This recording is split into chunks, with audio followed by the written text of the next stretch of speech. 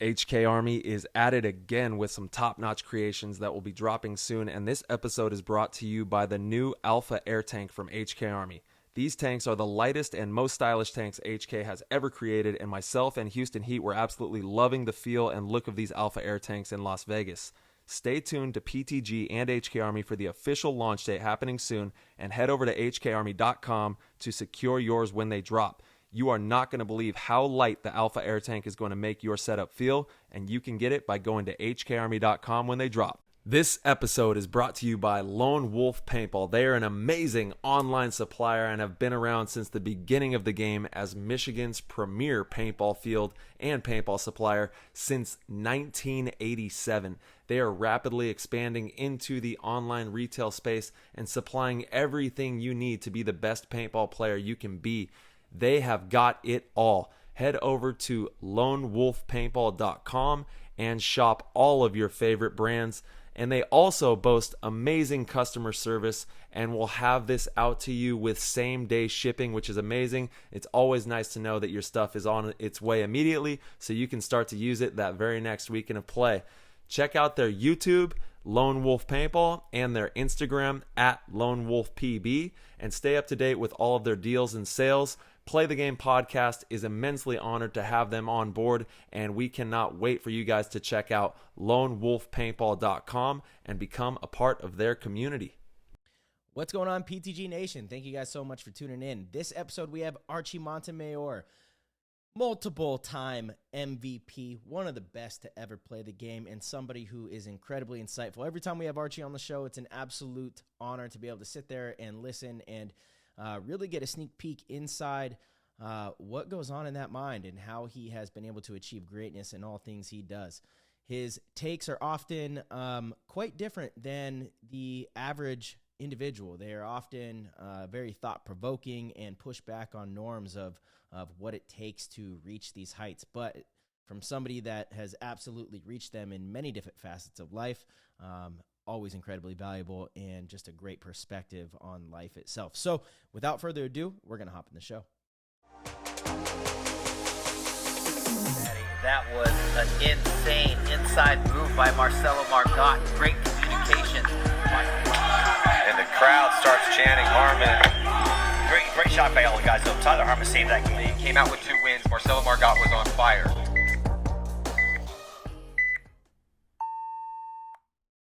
Welcome, everyone. Thank you for tuning in. We've got an amazing episode with the one and only Archie Montemayor, and we're excited to have you back on the show, brother. You're alumni. You got the cap and gown, the PTG cap and gown. You're definitely PTG alumni, so we appreciate your time. How's it going, and where are you at right now?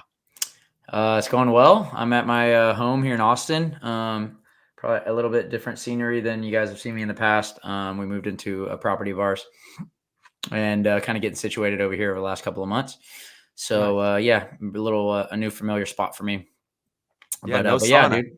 We got to get the sauna back up. Sauna's it's actually sauna's outside now. So okay, we got the backyard little oasis sauna, hot tub and cold plunges coming. So there we go. Yeah, well, we've got a little more space now. So like having the sauna inside isn't quite a necessity when you're in the condo is the only place it could be. So yeah. So you got a little sanctuary out there now. Yeah. Nice. Had a nice little backyard barbecue. Kind of the first one with some friends and family over the weekend. And yeah, looking forward to kind of spreading out here and getting comfy for a little while. There we go. Nice. Yeah, I'm in the middle of moving myself. I'll be moving later this week, and we're moving into a house with the lady. And I already have a cold plunge ready for pickup. Sick. Day that we get in. Nice. Sauna's like, a little bigger expense, might wait a little bit, but that's definitely coming. But I do have one at the gym down the street. So hit the sauna, come back to the cold plunge. I'm real excited for it. Just having the space, Yeah, for sure. I actually often say that my sauna was like probably the best purchase I've ever made. Because it's just an investment in yourself. Yeah. So it's like, it's meditation, obviously the, all the good things from being in there just too. But like, for me, it's just it's a blank space for me to just think and digest and, I don't know, meditate even. But all while kind of doing your body well too. Is it an infrared one that you have? Yeah, mine's infrared. Yeah. So it doesn't, so like a normal sauna, like a or I guess like an evaporative heater based sauna, those can get up to 200. Like an infrared sauna will really only get, around 150. So quite a bit less on the heat, but the technology and the lighting in there penetrates your skin even deeper than just like a sweat sauna, essentially. So yeah, there's some tech in there there's near, far, and I think it's just near and far, actually. So it's a full spectrum infrared lights that penetrate into your skin, and they kind of get the toxins out that way. And obviously you still sweat because it's hot, but it's just not like baking hot like a traditional steam sauna.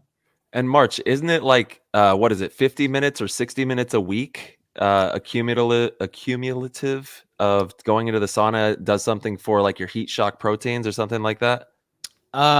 52 minutes a week is like the threshold of where you really start to reap a ton of the benefits, but you'll start to release heat shock proteins in a sauna that's at 180 after like 15 minutes, and it just is heating your core body temperature. I am not sure. I think it does something similar with infrared, but I do know that the like long-term data and research isn't there just because they're kind of new as far as, decrease in all-cause mortality and those kind of benefits from sauna use. So that's why I've always been a little hesitant of the infrared, but I know a lot of people that use them and love them. I know you've loved yours for a long time. Right, for sure. The guy that when I was first looking into it, I was chatting with this guy, and he's like super type A, like has a spreadsheet for everything, and like does all infinite amount of research for any little decision he makes.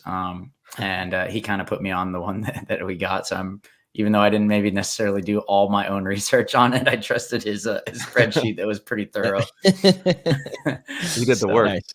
Yeah, he did the work. He was helpful. And a good friend too. Yeah, he's got amazing spreadsheets for like all kinds of silly things, but they can come in handy sometimes. Oh man. Yeah. You definitely need spreadsheets if you're going to make some calculated moves and decisions out there. The big ones. Yeah. How's PTG land? PTG land is popping. It's been good. I caught a couple of the most recent episodes, man. They've been really good. Really like the J-Rab one. Really like Bianca's a couple, I guess, a few days ago when I listened to it. And honestly, I really like J-Rab's. I thought he was really honest, and you can tell he's really like kind of back into it, which is nice to see. I thought he played really great in Vegas. Obviously, if you watched any of the games, you saw him playing well. Yeah.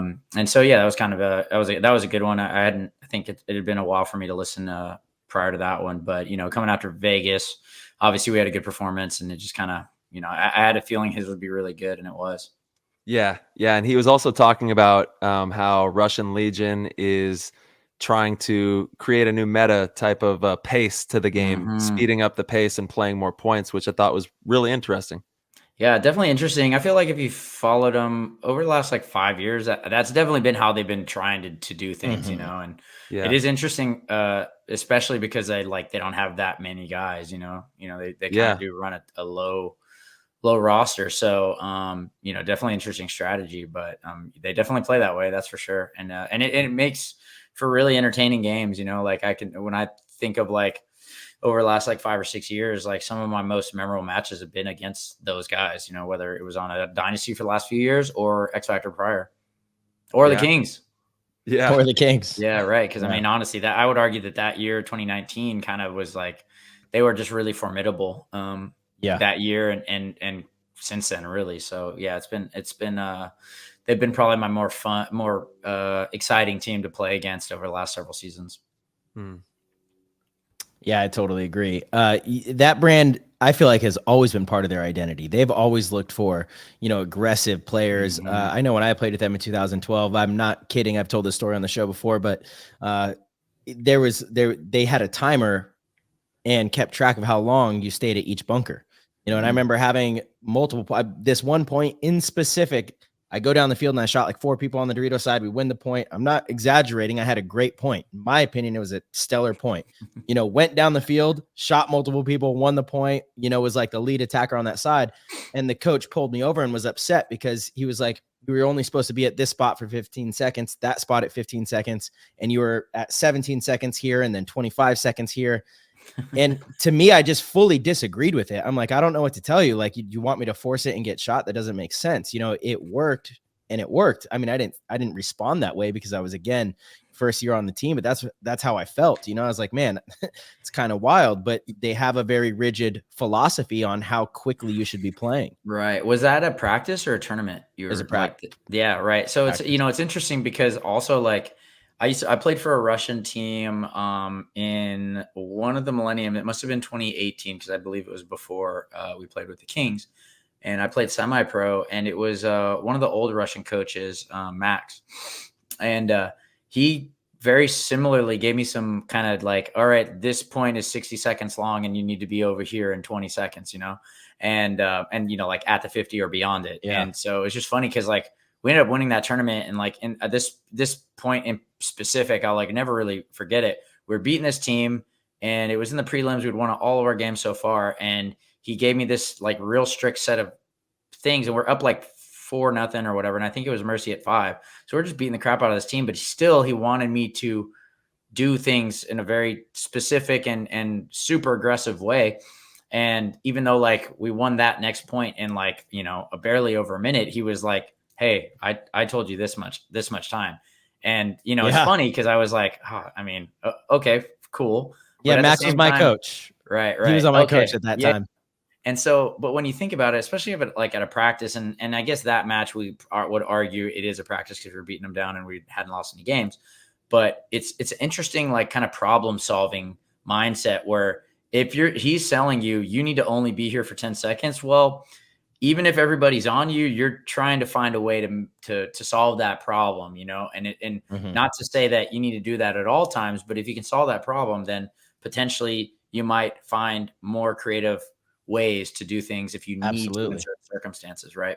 And I agree with you. And it's interesting to practice very rigid like that. But, I think the whole thing is important to not be so rigid. Right. But to be able to do all of the things, at a very elite level. And that rounds out every possible thing you could possibly do, and sometimes you need to have all those little tricks in the bag.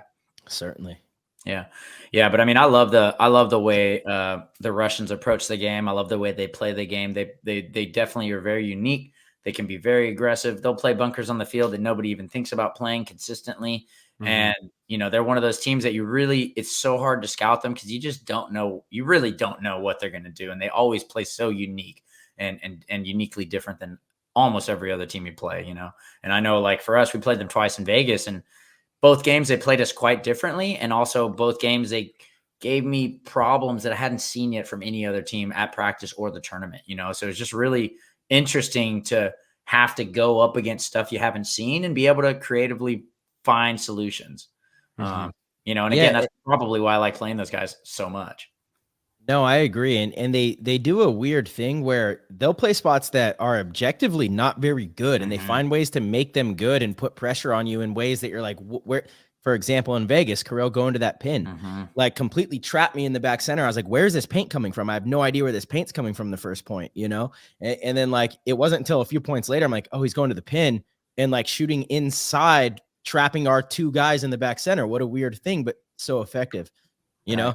And it's yeah, I mean, I agree. And I think you're hitting on that point where it's like, if we can find ways to make every position a potential spot, then we can pull those out at any moment and maybe catch a team, And again, especially when teams are kind of playing a certain way and that's the thing, but you go against those guys and they can really do a lot of more interesting things that you just haven't seen yet. And again, like you said, like you look at that pin and you're thinking, man, that's not the spot anybody wants to go to.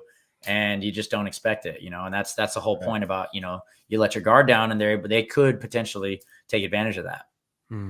Archie, what were some of like the problems that you were saying that they particularly gave you on that field layout when you played against them? Yeah, I thought that they did a good, so for me, and it's I think you guys have talked about this a lot, but with the double-sided kind of switch, for me, I was playing what we called our snake side, and I'm going up head to head against their Dorito side. What they were doing, specifically Sergey, was doing a really good job of matching and getting up the field with Karsiev. And what that was doing was and also Sergey's really tall. So he would get closer to his front guy and be really high in the second Dorito right there behind like, I guess it's the second big Dorito, but that spot specifically when played high could really dump down on me in the snake. And he clipped me a couple of times where, I'm like basically kind of laid out almost completely, but he's tall and high in an angle and also in a position that I hadn't really seen before, being doubled up like really close to his front guy, whereas typically it was always a guy a little bit further back, didn't have quite that same angle to really rain paint down. So he just did a really good job of doing that and kind of keeping me way more honest than some of the other teams that we played. I mean, I don't recall another team doing it like that. And he just really made sure to stay gun dominant high in the bunker, not low, which really did make it pretty treacherous for me to try to crawl around.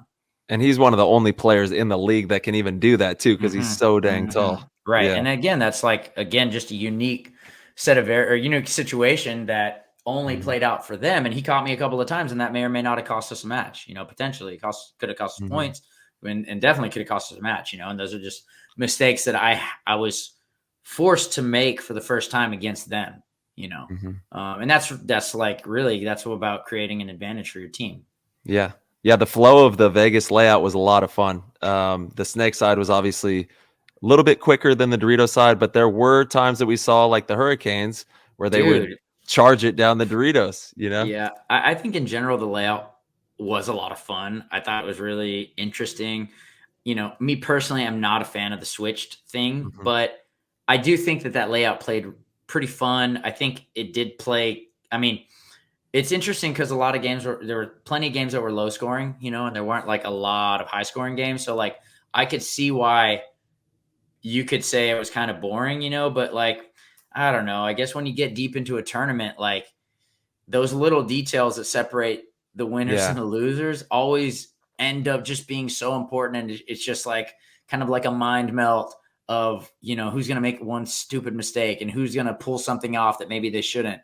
And, it's just it's funny how like almost all the tournaments kind of end up playing out that way, whether you like the layout or not, but I did think the layout did play fun and it played interesting, and there were definitely some interesting moves and whatnot. And obviously, like the last game, I mean, I don't think, it's interesting. It's really, really crazy to be involved with so many like kind of crazy finals games over the last few years. And obviously this one definitely was quite interesting, going down 0-3 and finding a way to come back and win, and then, in overtime. So, but yeah, I mean, I am curious to see what they're going to throw at us for the next one. I'm hoping it's something a little more, I don't know, regular, I guess, but we'll see. I was thinking that Jason was doing that because we didn't do so hot on the Dallas event where it was like that, So I was like, well, okay, Dynasty's winning a lot of events and they didn't have their success on this one, so maybe they won't give us the layout for the next one. It'll be blind layout and they'll try their go with that.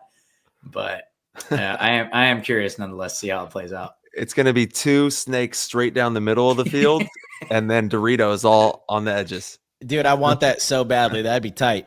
Honestly, Doritos are fun to play, man. I haven't gotten to play them on this team really. Well, I mean, I guess sort of did, but at this last event, just barely. But yeah, but there was a time there on X Factor where I got to play roll the Doritos like quite a bit as a big puncher, and those are fun times. Oh yeah, yes sir, 100%. Archie, I want to talk to you a little bit about how you approach the game and how you kind of, I feel like you unlocked something, especially in the prelims at this last event. And obviously I was in practices with you. I was, we were up north together. We had 4 days on the layout. Then I was Thursday. And all of a sudden, come tournament time, you kind of flipped a switch and did things that I hadn't even seen you practice yet. And we're all over the place, finding holes and making things happen. What led to that? What type of preparation was that? Man, that's really interesting because that's like a very specific question. And I don't necessarily know that I have a very specific answer. Like I look at the way I prep for tournaments. Every tournament is very similar, like I'm really trying to be open-minded and like really just opening. And I mean this when I say this, like open-minded so much that I'm just like have an open connection to some higher power above me. Right. And that might sound silly, but that's legitimately how I think about it. And, I would say that at the practice we had in Sacramento, we could have played better. I thought for the most part, everybody played well. But I think as a team and as individuals, we could have played better, and certainly it was it was a little bit wet and a little bit cold, and there could have been some better circumstances for the practice for sure, but we got the looks we needed to see. And I was very confident about that, and as far as like the way things played out at the tournament, where there was, maybe a little more things happening for me. Honestly, I just felt like, those opportunities were there for me, and I saw them at the event. And the reasons why they may or may not have been there at the practice, or maybe at the practice I didn't see them, and that's circumstantial. I think that at the tournament there were certain things that happened where I was in the position and I had this connection, this field open for me to just understand and see things that are there for me, right? And the biggest thing about when you have those types of understandings or those types of visions where you can feel or understand or see things that are open for you, you have to take them, and the more times you take those things and the more times they work out in your favor, well, guess what? You're trusting that connection more and more and more. And so you're building a much stronger relationship with that connection. So that's the way I see it. And honestly, I would say that if those things were there for me at the practice, I would have done the same things. They just weren't there for me at the practices, and that's circumstantial, and that's being as honest with myself about that is important as well, because like I'm telling you right now, I'm the same player I was the week after that practice and I was the week before. And I would say, other than like having tournament paint that's just super dialed and it's gonna break and leave a mark and there's reffing involved, there's not much of a difference besides what I'm trying to do in that practice versus what I'm trying to do that tournament. But sometimes good tournament paint and all those things are the little difference maker, My only pushback on that would be that you're obviously a very cerebral player, very intelligent player. And, so the question is leading into like, maybe you had seen something or learned something throughout those days in practice. And so maybe they were there, maybe they weren't, but I know for me, I continuously go back each night after we play and I think about the different situations and I go, I miss this opportunity. I miss that opportunity. If I see that again, dropping the hammer, or if this situation presents itself, this is possible, and so. And I totally agree with that. And that's generally what I do every day. And after every point, like every practice point, if I, miss something or, at the same time, like we're playing two lines of practice and I'm watching the other line, if I see something that's not happening or seems an opportunity that's missed, I make sure to talk about it, because it's the same situation. Like I might be in that situation at some point or another, and like some of those points, like at the practice, I never ended up going to our Dorito side really much at all. But at the tournament, it kind of ended up being one of those points where we lost the wrong guy and we were set up on my side. So it was my opportunity to go over there. And again, because I watch those points and I pay attention, I break them down that way. I knew what to do in those moments, So it's just a matter of, like you said, like thinking about all those circumstances, being aware of them. And,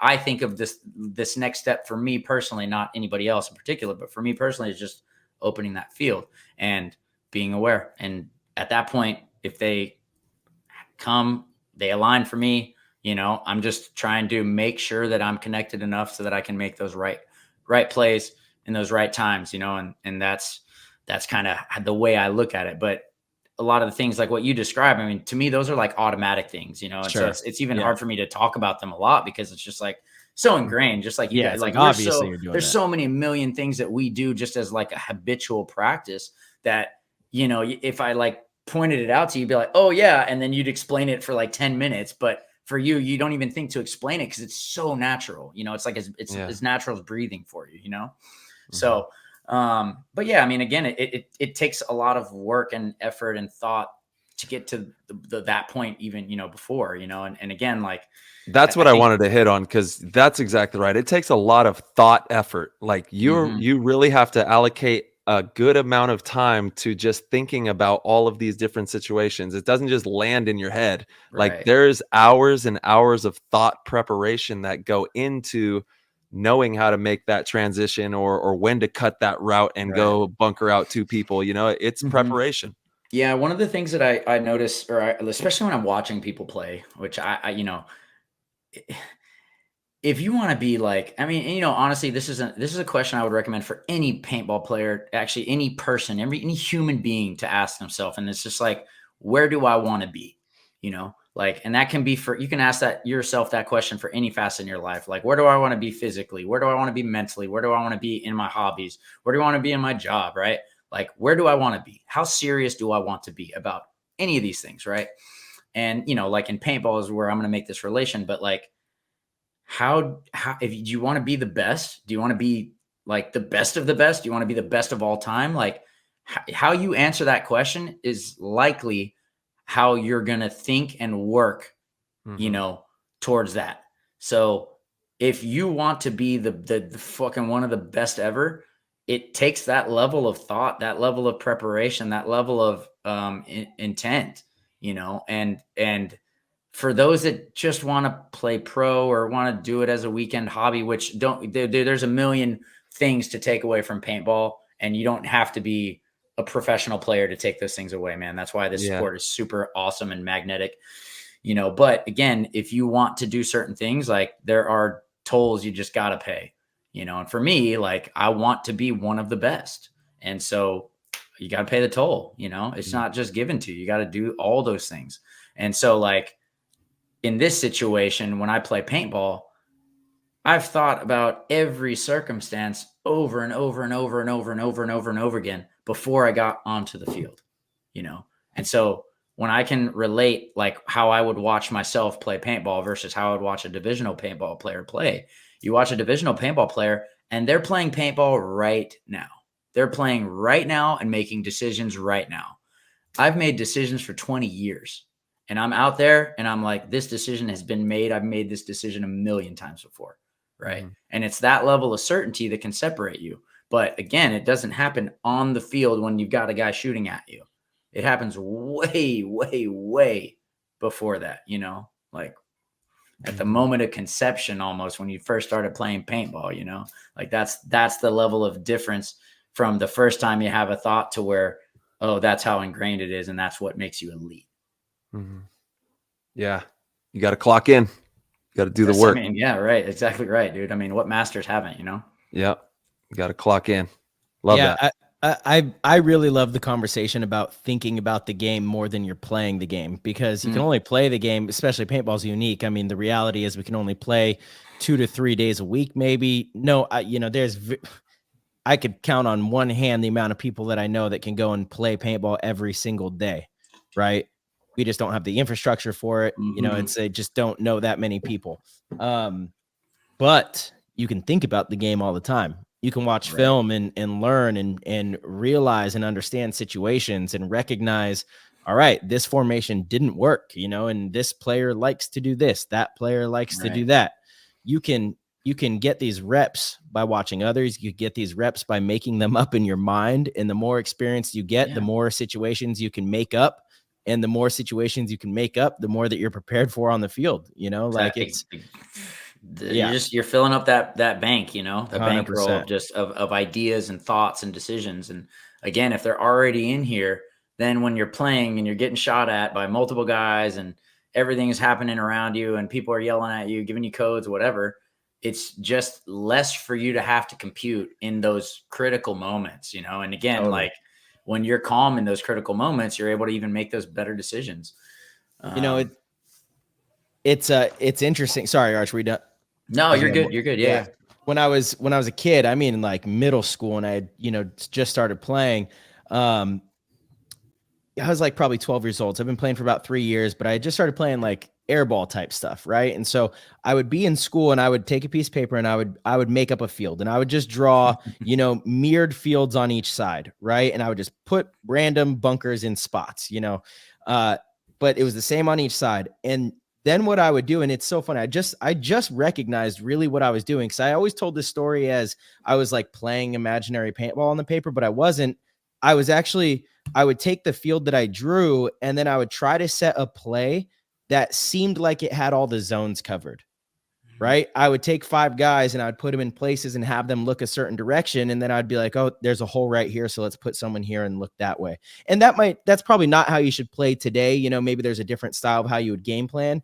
But, 20 years ago, I'm looking at random sheets of different bunkers that I made up. And I'm trying to just understand zones and understand like, well, if I put all these lines to the right, someone's going to come flank us on the left, so got to make sure someone's covering that, and that was something I did like literally every day in school. Right. I mean, but again, you're developing your thoughts on a given subject. And again, like you got to start somewhere. And honestly, I don't even think those are silly, like willing to bet that's beyond. I mean, that's exactly why you're where you are, Yeah. And at the same time, like I had my silly little things that I did or played in order to give myself, mental reps, and honestly, like one of these, which I think is really cool, is this paintball game that's coming out, because I don't talk about this much anymore because I don't play video games, but like when I was a kid and when I definitely got into paintball, dude, digital paintball completely changed the way I play paintball. Because again, it was another form of playing, but points on digital paintball would last 45 seconds, a minute, and you play for hours. So like, we go to SAC paintball and we play Saturday and Sunday. We're playing like 30 points a day ish. And we got 2 lines. So maybe I'm playing 35 to 40 points on a 3-day weekend, maybe, and DPB, dude, I could play hundreds of points in an afternoon easily, and it's just one of those things. You could be thinking about this game for an infinite amount of time, and another things that I like, and also I like traveling to the team, because I live here in Texas and you flying out to California a lot, is I get a lot of time to think about just me alone. I'm traveling alone. I get a lot of time to digest and to think about the field, the team, any which way I can show up, all those things. And honestly, that was one of my funny things that I used to like really doing when I played locally here, was for me to get to X Factor, it's about an hour drive. Right.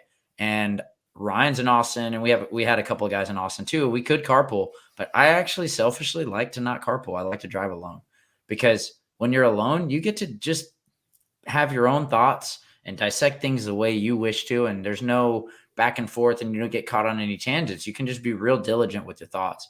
And, selfishly, I really like those little windows of alone time are important for me, whether they're important for everybody else, by all means. But for me personally, I like them a lot. I agree. Yeah. Like on the flights, going back home, really deep dive mental reps on what's going on. Also, like I would travel from my 20s to my 30s. I did inspections on houses for like a decade almost. And in between all this travel, I'm listening to, different things that are going to heighten my mindset, or, thinking about, like you said, different paintball algorithms that we can break through so that we can like transcend and be better players, better teammates. There's a lot of value in that downtime, that alone time. Tyler was listening to Play the Game podcast before Play the Game podcast was a thing back then. Yep. We were cooking it up. We were cooking it. I love it. Yep. Archie, it's funny you mentioned that about the driving thing, because I promise you I'm the exact same. And it's such a selfish thing, because obviously when we have practice in San Diego, some of the guys have to stay at my place sometimes. Right. And I love having the teammates spend the night. I love hanging out, but that drive on the way to the field has always been, in the past, nobody stayed at my house. It wasn't like that, until the last maybe 5 years on Dynasty. So I always had that like alone time that I really cherished, where you're like preparing yourself for the day. You kind of wake up, you have your routine, whatever it is, you get your coffee or your water or your juice, or, you get your car loaded up, and then you're in the car and you're just thinking about how you're going to approach the day. That time is like so valuable for me. And I've noticed it. And on this team, I'm like, well, it's super selfish, so I have to find a way to overcome it, and find like other ways, you know. But it's interesting. Like that's, again, I think it places a lot of importance on thought and, how you talk to yourself and how you approach things, mentally. And I don't think enough people really understand that. They're just really caught in the external things that are happening to them, and they don't spend enough time inward. Yeah, I mean, that's definitely something I feel is very true, and in general, I don't think about that just in the paintball space. I think of that in the global space. Like, um, yeah, I don't know. These things are very important to me, and I see a massive, huge benefit from these kind of mindfulness practices. For lack of a better phrase. And yeah, I'm not really sure where I'd be without them. At this point, again, I've been doing things in line with this kind of modality for 15, almost 20 years now. And so it's just I just know the benefit that I've seen personally, and that's why I continue to pursue them and continue to try to find new and maybe interesting ways of doing the same things. Who set you on the path of doing these practices and starting to be more mindful and taking real, importance in that?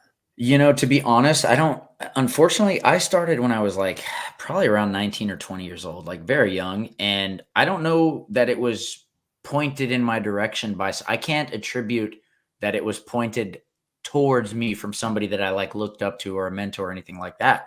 To Mhm. me, I feel like I had, you know, I feel like I was called to it on my own, and the ideas resonated with me right through like reading about philosophy or and obviously like that's its own little world, and you can deep dive down that and find things that are quite meaningful and potent for you. And then again, like any one of these practices or any mindfulness practice, you can kind of get something and really see benefit. And then again, especially when you're younger, like you're like, holy crap, I may or may not have known anything about this, and now that I do, it's completely changed my life. And what that does is open your mind to the idea that there might be a lot of other Yeah. practices that when practiced might completely just blow the lid off it. Mhm. So because of those things, I would say they open my mind or help expand my thoughts into broadening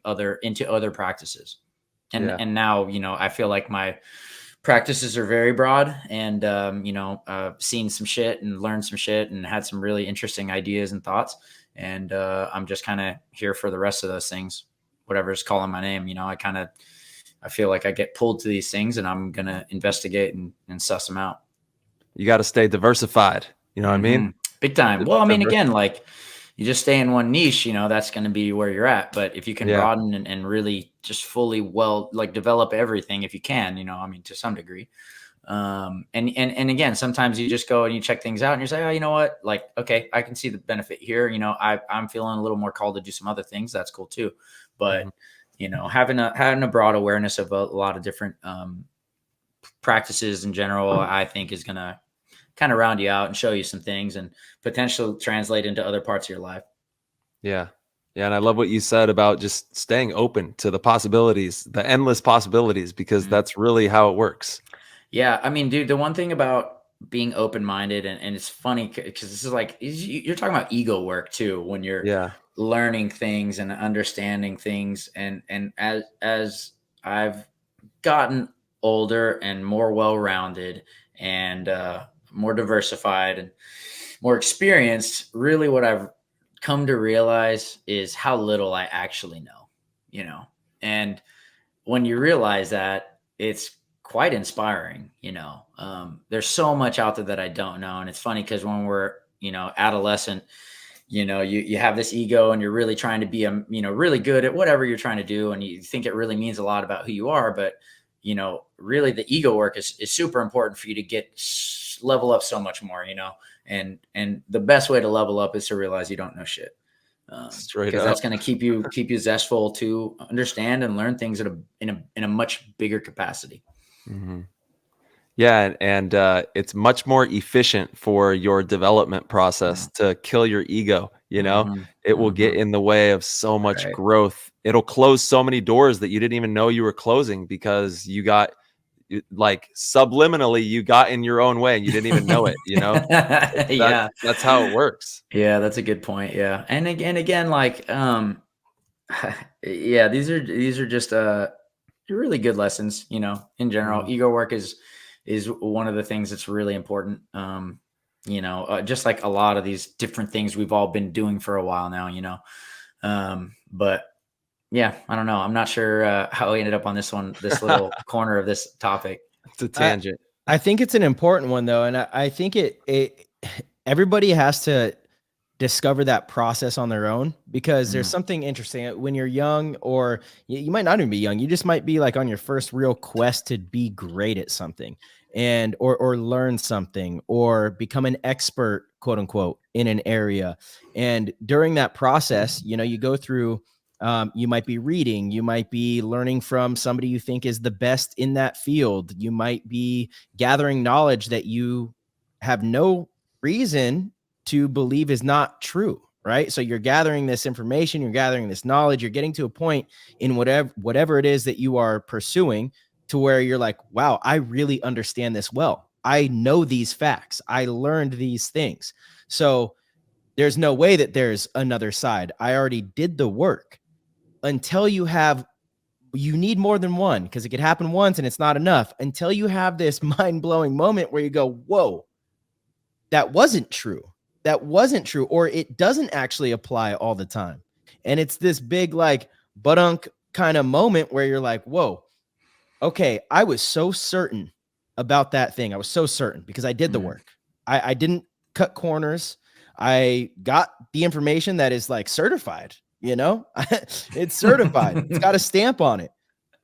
And I ended up being wrong in the long run, or I didn't apply it correctly, right? You have enough instances like that happen, and you start to realize, I don't know as much as I think I do, no matter how well prepared I am, no matter how, it's the most recent paintball experience I can relate this to is shooting people off the break. The last like 2 or 3 years, there have been times where the layout gets dropped, I get to the field, and I'm like, I'm certain this guy's, and sometimes it'll still happen, but it's evolved. It's evolved. There were so many more times where I'm like, I know this guy's going to be shootable. And like, that's the bottom line. This guy is going to be shootable, period. We have to get good at this. And then you get to the event, and for whatever reason, I don't care what the excuse is, the guy's not shootable. He's not getting shot. He's not getting shot. And I'm like, what the fuck? What the fuck? I was certain of this, and like, that's my thing. And I was certain of this. So I've absolutely, now I kind of always will hedge it in practice. I'm like, pretty sure that this guy should be shot every time, pretty sure, but we'll find out, and like, obviously, you got to wait till you get to the event. There might be a hill in the middle of the field that puts a bunker too high. And now all of a sudden, like, it was so shootable at practice, and now in Vegas, you couldn't shoot that spot, the most shootable spot on the field, right. So I don't think you can just get to that point. I think you truly have to experience being hard-nosed and 100% all in on your beliefs, and then having them kind of shattered in front of you. And that's where you have to stand up and be and recognize it and be like, okay, this doesn't mean I'm less of a person. It means I need to be more open-minded. I need to, not be married to my thoughts, but married to finding the right solution.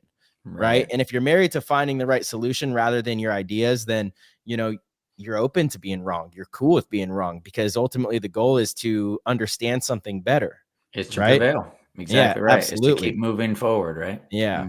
So, you got to go through those, and I'm, all three of us, I think we're all pretty hard-nosed and stubborn at some point, probably still have a little bit of that in there. That's what makes us competitors. But, I've seen the growth out of all three of us, over the years, and myself probably more than anyone, because I was probably the worst. You got firsthand. Well, you got the firsthand, view on it too. I mean, that's how I feel about my growth personally. Is I know who I've been, and I know who I am, and I know who I'm trying to be.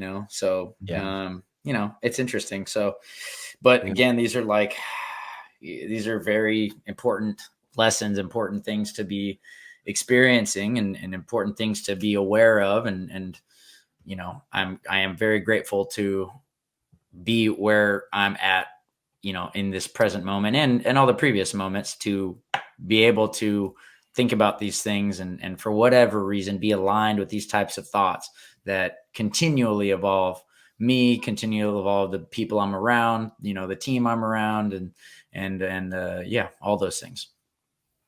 Yeah, man, you got to be solution oriented. That's for sure. That's the only way that an organization is going to be successful, or your relationships, or, like, you got to have an open mind and open heart and kill the ego and be willing to, just do whatever it takes for the better good of our community, of our people, of our group, or whatever it is that we're trying to move in one direction. And it's something that some people never figure out, and it's a very difficult task, and you have to kind of get out of your own way. But once you do, that's when the magic happens. Yeah, completely agree. All right, Arch, talk to us about projects. What's going on? What have you guys been cooking up? What are you working on? What are you guys doing on the project these days? Honestly, lately we've been pretty hard. Well, we've had a really successful last year. We did essentially 3 big eclipse drops since September, I think, or might have been August. Yeah. And that's we did 200 LVs, and then we've done two sets of 200 CS3s that are custom milled ones. Obviously, we're basically about 3 or 4 guns shy of fulfilling all of that at the present moment. It's been quite a ride, honestly, but busy. It's kept us very busy. Just dealing with fulfillments and obviously timelines from Eclipse, and then us getting everything out. Meanwhile, we're doing other things too. It's not just that. So we had a big booth at Cup, which took a lot of man hours and a lot of time and thought and effort. And lately we've been kind of getting through the second batch of those CS3s that went pretty smooth and really nice. And right now we're working on trying to get a couple new projects milled markers out, hopefully by the end of the year. And then, a pretty solid amount of other soft goods and other unique gear.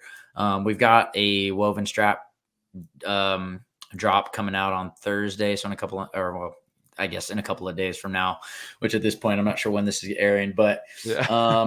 And then, we've got some nice stuff in the books. Nothing crazy. More standard stuff that we've been doing, just trying to kind of keep pumping out cool stuff. And then the anodizing has been the biggest one lately. We've been putting a ton of hours in the shop. Me and Ryan, that's kind of our baby at the moment. We're getting ready to launch our website, and already kind of starting to work on some of the Dynasty edition, some of the guns for the players. So that's been fun. But yeah, I'm looking forward to launching the website, fully completely being open for business and figuring out all the kind of problem solving it's going to take when we're actually open. We've definitely been doing a bunch of customer guns for the last several months and stuff. But, once you're actually open and you get a solid amount of influx, that's when you kind of start really seeing how good your processes are and what you need to tinker around with and whatnot. But I think we're both really looking forward to it. So before we dive into the anodizing, you kind of breezed over the tremendous amount of work that you've put into project and how many different things that you accomplished, which is no easy feat. I mean, you're talking about a lot of markers that you had made and having to fulfill all that, and then having a booth at World Cup. I mean, is this something that your brain is just always cooking, right? You're always thinking about the next. Yeah. That's so funny you say that, because I am self-employed, 100% self-employed. Nobody pays me. I pay myself. Yeah. That's a fact. Yeah. And the thing about that is though, is and granted, I understand that I walk around and I do embody this very free, kind of loose with my schedule, and I do the things that when I want to do them, because that's just how I set up the way I do things, and that's a result of being self-employed. But at the same time, I'll be trying to make a birdie putt and a thought will pop into my head, or I'll, get a notification on my phone. I'm like, oh, I got to do this immediately. Or I've got this thought that I need to address right now, And so that's the thing. I kind of am on all the time. And sometimes I'm on in my sleep, sometimes I'll dream about an idea or a thought or something that I wake up because I had a nightmare of something bad going on in our business. And so it is funny, but yeah, it really does not afford me any absolute down zero time, and even when I'm supposed to be on downtime, my work does creep into it, Yeah. I don't know about this birdie putt, bro. The one time I FaceTime you on your birthday, Hannah answers, and Archie's looking for his ball like a mile in the woods. Yeah, and then he pulls it out. And he's like chipping for birdie. Dude, it was actually so that was a very funny timing. But I'm glad you were there for it. Not hey again, golf isn't just it's about finding ways to scramble. Yeah. And on that particular hole, I hit a pretty crappy tee shot to the right, and I was actually not quite in the trees, but it was in like a little bit of a dry. We've been in a little bit of a dry spout here in Central Texas, so it was a previous lake that had afforded me a couple of extra feet of frontage. There you go. And anyways, I ended up hitting it to about like 12 feet or so, but missed the birdie putt, unfortunately. Well, I missed the birdie putt because Marcelo was distracting me. Yeah, go on. Sure. Even I the called best. and Archie's rummaging through. I'm like, whoa, I've never seen that on Instagram. Usually it's a clean stripe right down the middle. Dude, I mean, it's a highlight reel. We all know this. That's true. Golf is so difficult, and even the best pro players in the world, they hit it in the bunker, they hit it into the rough, they hit it all over the place. So you got to be that video the other day of like someone's recording, and I forget who was on the tee, but it was a professional event. And he just smokes it right into the guy that's recording, like smokes him right in the head. Oh, that was Homa. Yeah, that's like one of my favorite golfers. He's hilarious. Oh man, yeah, like it could happen to anybody. Right, golf is hard. It's hard. Dude. Period. Paintball's hard. Golf's harder hard. though. Yeah, golf's harder. For you, I wonder though, like how I wonder what's harder. Yeah, starting from scratch, what's harder? Paintball is not easy. Paintball's not easy, but I think the thing about golf, it's there's the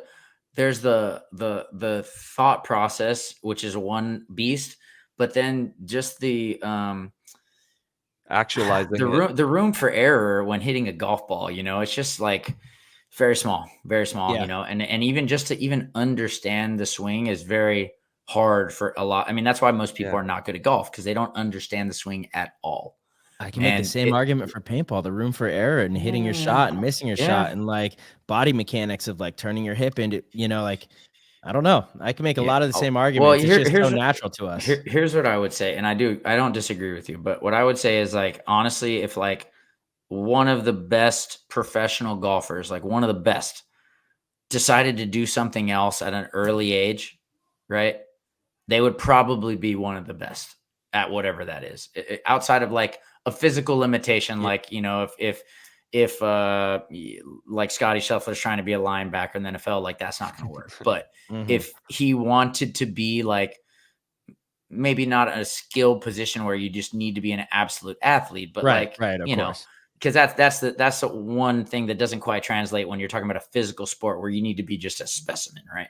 But I would argue that those guys are so intelligent that they could legitimately, if they had put in the work, they could probably do most things at a very elite level. And I'm not saying that we couldn't as paintball players. Yeah, I think we could though. Right. And I agree, because that's why one of the things that I've heard it throughout my time of being an adult is just like, oh, he's just naturally good at everything. Right. And I'm like, well, not really. Like, this is all learned stuff, and I just happen to learn them through the pursuit of one thing at a very high level. But again, you relate these lessons learned to all the other facets in your life.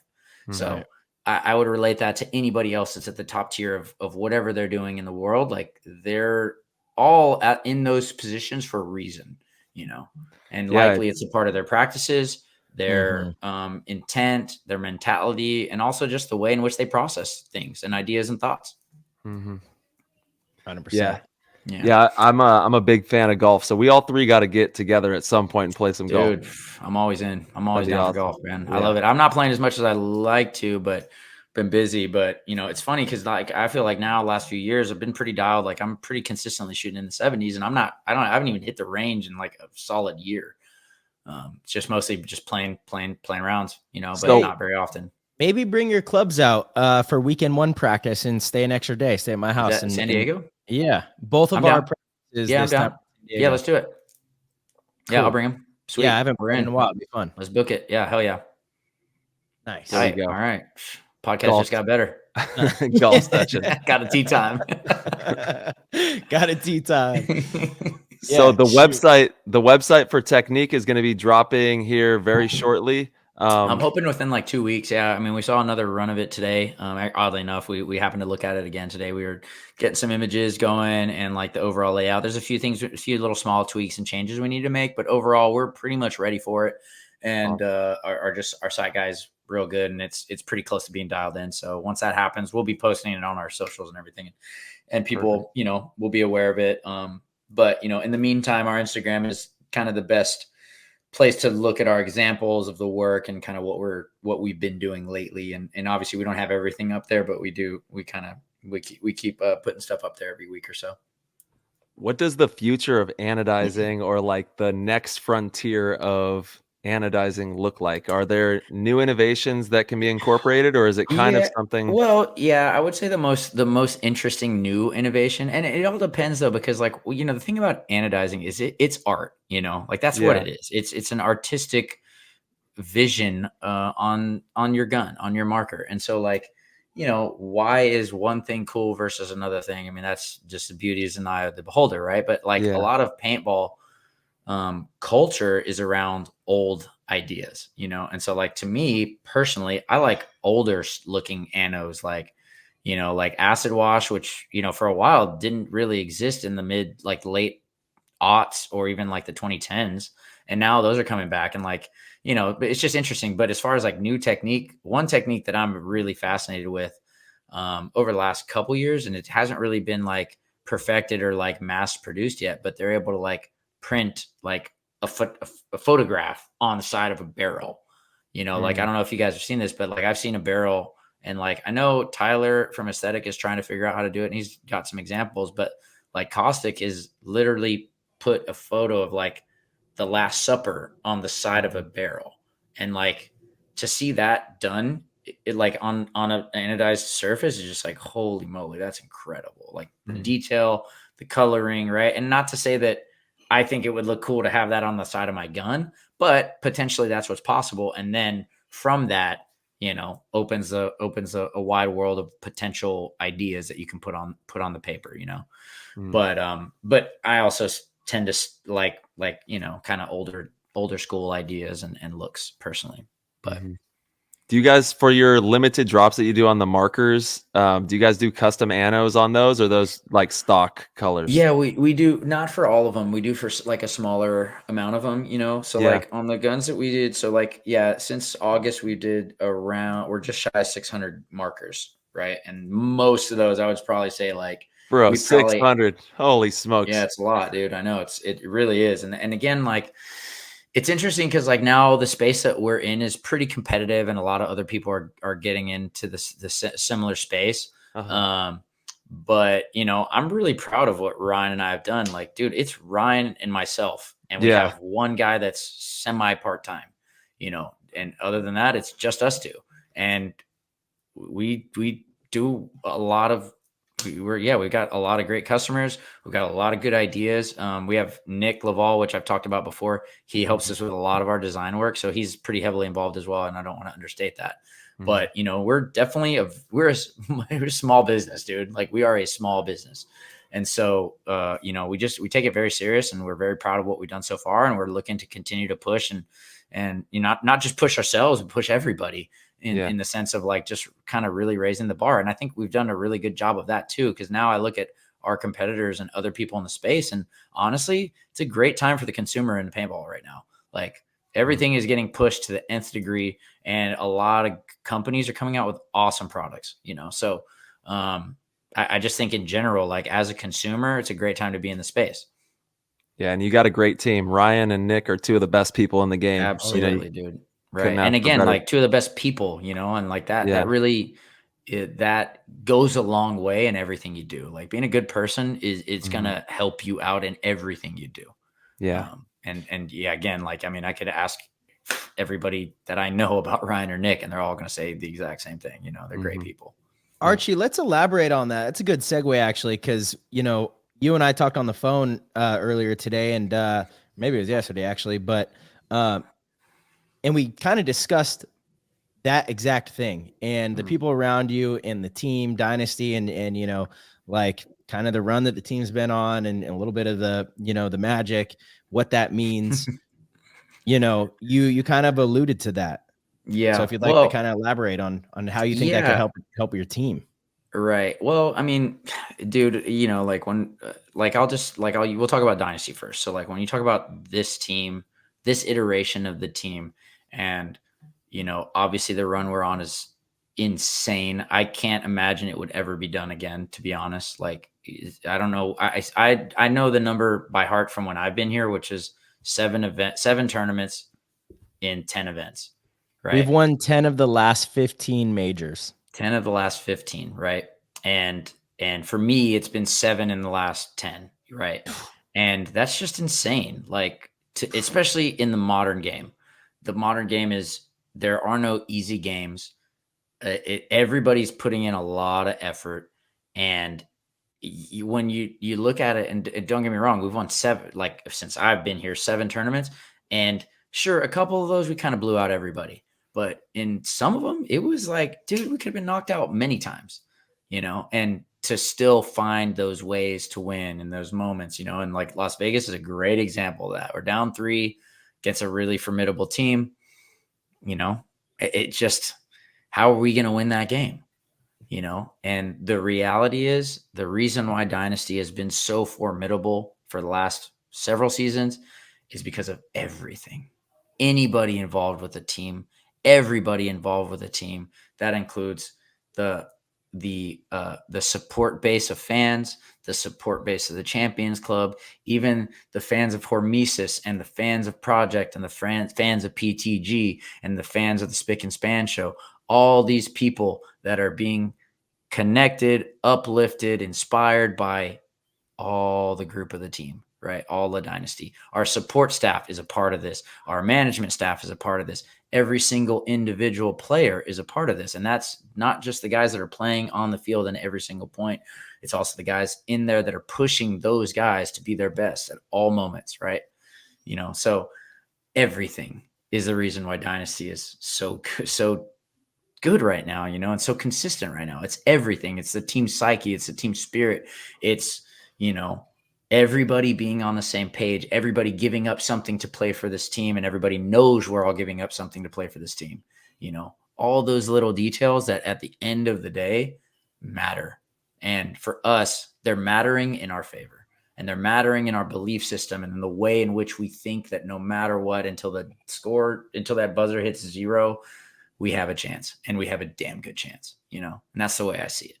And it's really one of the greatest things I've ever been a part of in my entire life, for sure, is to just be in this unique, very special moment in time on this team, and I really like it's crazy because I thought I was going to retire before I came to this team, and now a few years later, I'm just like, holy moly, man. Like I couldn't even imagine what it would be like if I hadn't done this at this, and not to say that my life it would have been great, but like I truly cherish this special moment in time, because to have all these things working so beautifully together as one thing, and not only that, but then to have results that honor all those things working together, man, just insane. It's absolutely insane. And again, we're lucky, we're incredibly lucky. I know that. But at the same time, we create that luck, by all these little things that we're sitting here talking about and really believing in and having faith and practicing and honoring each other, like all those little details, man. And again, it's a lot of little details for this team. It's a lot of little details, and they all add up a little bit, but yes, in general, as a human being outside of the team, who you're around matters, dude. Who you look up to matters. What you're looking at on your phone matters. What you're eating matters. All these things, the conversations you're having, with your friends like you two, or the conversation you're having with yourself, these things all really fucking matter. Literally. They fucking absolutely do, man. Yeah. And these are what's going to make you. And also on top of that, these are what you're going to, should you decide to have kids, these are the things that you're going to leave on to your next of kin, is all the little things that you didn't want to process and go through yourself. you're going to put them on your next, and that's the truth. And like, it's a big responsibility, to be your best, to put yourself around people that are going to push you, and inspire you to do more, to be better, to be a better human, and again, like, to me, like, I don't hang around people I'm not impressed with. Like, I'm just not going to do it, because again, like, I'm trying to be somebody, I want to be impressive. Like, that's a fact, not for anybody else, dude, for myself and for the people I'm around, the people I love, and the people that I'm going to love that are not here yet, but I'm trying to be impressive. And in order to do that, dude, you got to be around some impressive people, and thankfully I am. Yeah.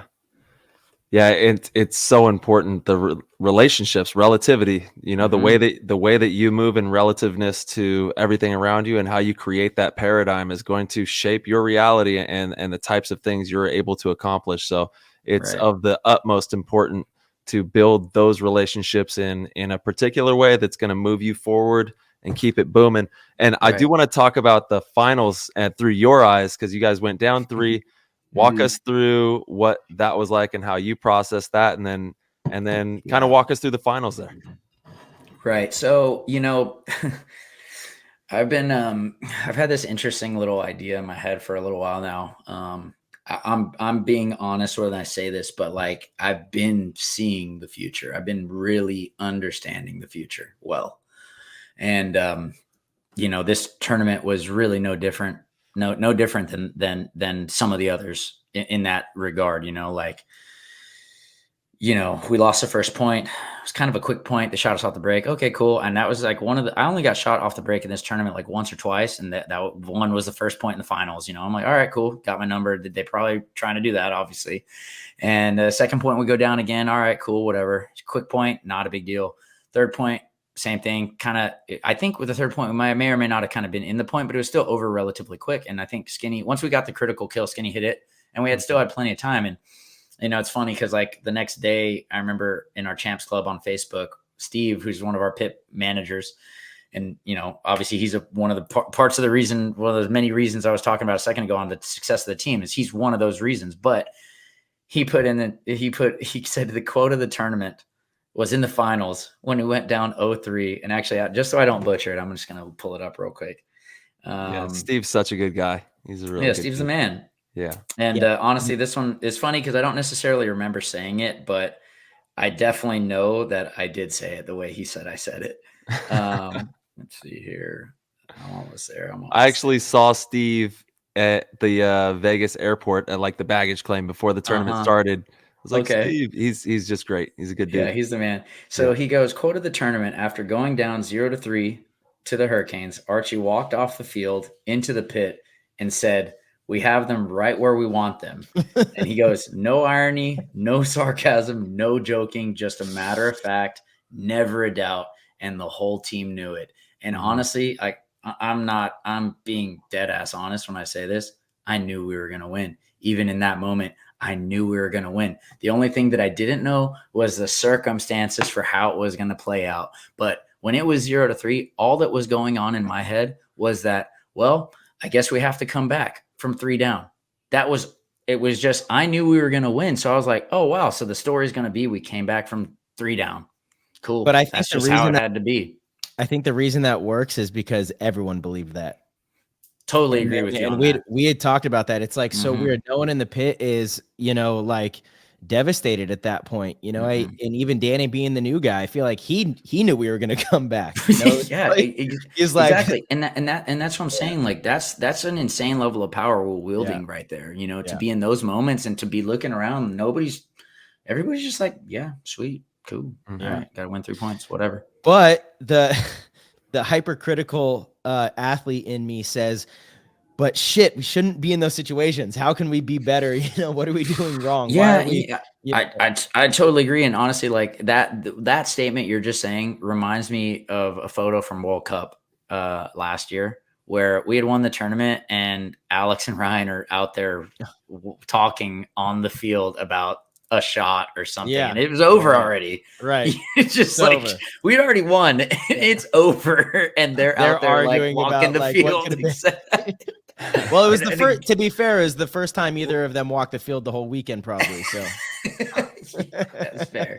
So but again, like those are those interesting kind of things, and a lot of people, and don't get me wrong, like I don't necessarily stay to watch the finals all the time anymore, and I may or may not go walk the field after the tournament, but in all reality, like those little things are important, and yeah. So Ty, so we got into that game and it was down 0-3. And again, it just didn't mean anything to me because I already saw what was at least the end result, and so we got a point and then we got another point. They punched us back. And then it was just like, you're looking up at the clock and all you're thinking, or at least for me in my head, is like, there's way too much time for us, like there's just, well, we still have enough time. So I guess this is just how it's going to be, and I know Marcelo, I mean, I once we got into overtime, I mean, there was only one thing on my mind, and I said it a couple of times, but I said 10 minutes ago, this is exactly what we wanted.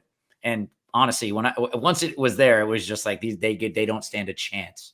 There's no chance for them at all. Zero, and I can't say what they were thinking on their end. I'm being honest with the thoughts I had, and they had no chance. Mm-hmm. Yeah. Yeah. So. And Mike Bianca, we had him on the show recently, and he's just a wealth of knowledge, really, really bright hearted person and minded, right. Obviously. And he had a lot of fun breaking down exactly how he approached the finals. And they actually had quite a few players who were kind of injured too, which made that difficult, and I think one of the guys, was it in the finals? It was in overtime. Yeah, it was in overtime. Hamstring in overtime, dude. And again, like that's some. But he actually didn't tear his hamstring. Oh, okay. Yeah, that's right. Did he pull it or something, or he cramped up? Yeah, but he pulled it. Yeah, But he did get it checked out. It's not torn, so he will be back for Texas, which is great news. Because that is. Seawright, he was playing phenomenal. Yes. Yeah. I mean, ultimately, all those guys. I mean, the Hurricanes have been good. They've been playing great for a couple seasons now. And obviously, Mike's doing a good job over there too. And I do like hearing him break down the way he does things, because I still look at what he's doing, and like he's working with He doesn't. I don't think people would say that he has the most talented roster in the league, or certainly not to be performing the way they're performing. Like on paper, you still look at another team that's a deep team, and you're like, well, those guys should probably win, but they're finding ways to they're playing within their framework, and it's working quite well. And it's actually an opportunity for every team to learn from that, totally is agree. really understanding your strengths, your weaknesses, and where you can capitalize and stuff like that, But yeah, I mean, again, I don't know, Ty, like for me, the belief system is at this point, for me, one of the greatest lessons I've ever learned, just by having thoughts, you're creating a ripple in a physical space. Right. And the more you actually believe something, the stronger that ripple is, Yeah. And I have learned this a lot more recently, and I've seen this play out more recently. And the most potent thing at the present moment for me to do is to have faith, like to have faith without regard to any circumstances, to just have faith, And it takes a tremendous amount of work to build that faith as well. You have to be in practice all the time, but you have faith in a system, because it seems as though, Dynasty, the way that you guys play is very tactful, obviously very intelligent, from top to bottom, and out on the field, before you let things get away, you have a really clear understanding of what's going on out there. Everyone, it's almost like for the first 30 to 45 seconds, the top priority of the organization is to build a crystal clear picture of what's happening in front of us. From there, from that system being built, then you can make really educated decisions, and we can be even more tactful and even more scary to an opponent. Right. So it's like, you have to believe in that system as well. And when you have that system in place and that belief in it, and everybody's bought in, that's when really good things happen. Right. And it's interesting, Ty, because I want to touch on this thought a little bit more, because like what you're saying is 100% true. But also at the same time, like when I think about our team right now, like I wouldn't say we're practicing a shitload. Definitely not like the old guard as individuals. Maybe like me personally, I could put a lot more effort into my personal game. Like I legitimately haven't practiced other than our team practices in like 2 years. Like Yeah, when but I it's the first space in between your ears that's so 100%, potent. is exactly right. 100% true. But still, like, and also at the same time, we go to events and our team is very much, distracted. There's the Hormy tent. There's, like Ryan, all these guys, they've got so many things going on. There's a lot of distractions on Dynasty. And, we could be a tighter ship in the sense of like everybody putting in a little bit more, but to some degree, like by thinking that you need to control everything you possibly could control in some way, that's a lack of faith. That's saying we need these things. We need to do as much as we can to have the result we need. And to me, and don't get me wrong, in certain circumstances, you should be doing the absolute most, and certainly if you're trying to catch up, well, I mean, you got to, there's just no getting around it. But at the present moment, part of this belief system is that in the present moment, we've done enough. We've done more than enough.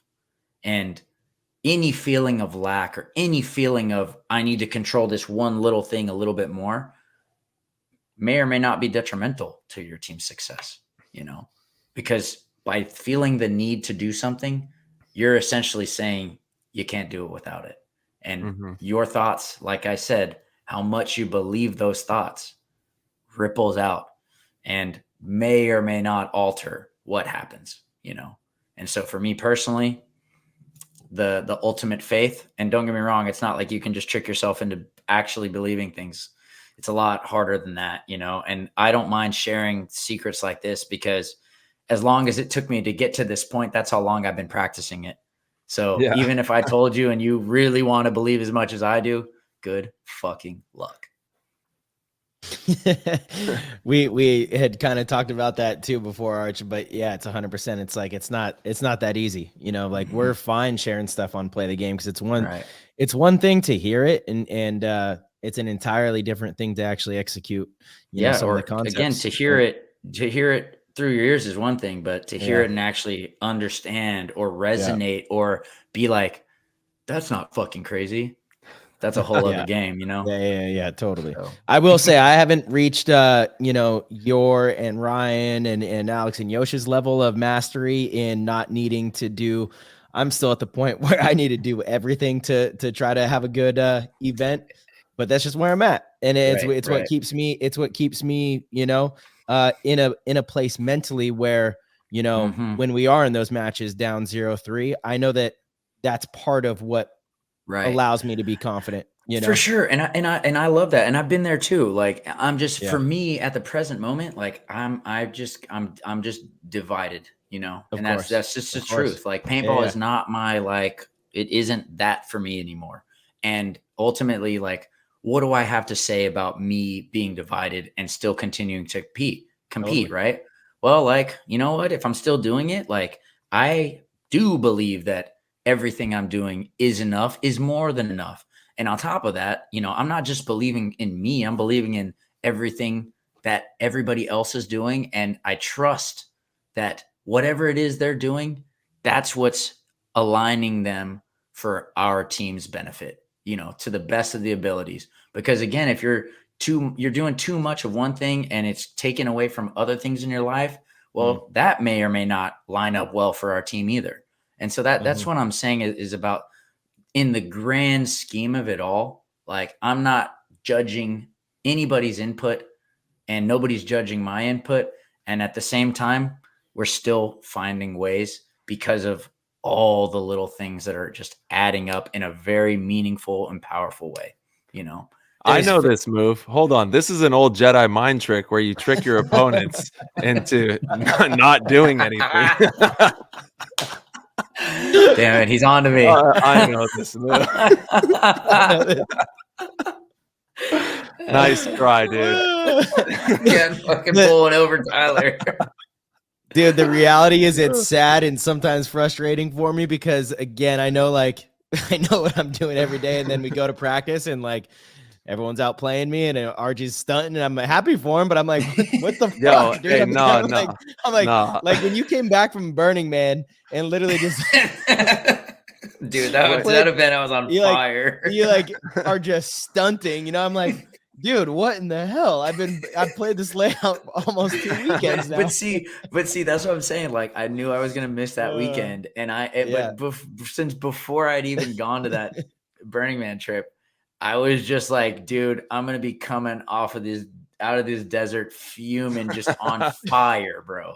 And I believed it, and it's just what else is gonna happen? Yeah. You set the intention right there. Right. You said it. Yeah. And again, that whole week was me prepping for the tournament. You know, you guys might have been in the paintball field. I was prepping that entire week. You know, I didn't sleep for the tournament. You know, like that was going on in my head. So it's funny, but different ways of doing things, I guess. Absolutely. It's different levels of mastery. That's all it is, you know? And again, I do think as a athlete, you have to go through iterations. Like, you weren't always like this. You spent the time in the years of the hard nose, like, you know, just working on this diligently every weekend, you know, during the week, the mental reps, digital paintball, you downloaded yourself with all that. You filled up the bank. I do think careers evolve, you know, even in like Kobe talked about how his evolved in his type of training. It wasn't at the end. It wasn't about like how much he put in. It was about doing it the right way, and most importantly, being ready come game time, both physically and mentally. And part of that was getting more rest than he did in the past. And, you know, so careers evolve, you know, they just simply do. So, it's way less than I used to as far as like being at an actual field. You know, there's a lot that goes into keeping my knee healthy and making sure that come event time, like I'm not thinking about that, you know, and the work looks a lot different than it did when I was younger. It's just the way it is. Yeah. And it's also interesting for me because like coming onto this team, it's quite a stark difference than my role on X Factor. You know, Ryan and I both, you know, for those that don't know, like Ryan puts so much effort and thought into their team, into their system. And when I was on the team with Ryan, it was both of us. I mean, we were chatting multiple times a week for hours, you know, and we both put just a lot of effort and thought into the team. And that goes, you know, again, like you guys understand what it takes to be a top tier team. Like every stone is overturned multiple times to try to get some net positive result, you know, and sometimes it's exhausting and sometimes it's for not, you know, like people aren't even aware that some people, like, they can be your teammate and not have any clue that you put that level of thought and intent into the whole team, you know, and it's unfortunate, and it's, you know, sometimes it can be, you know, but it's serious work, you know, and to come here on this team and really, at this point, I'm not coming to this team to do that, you know? And so I've got to find my role on this team and what could I possibly do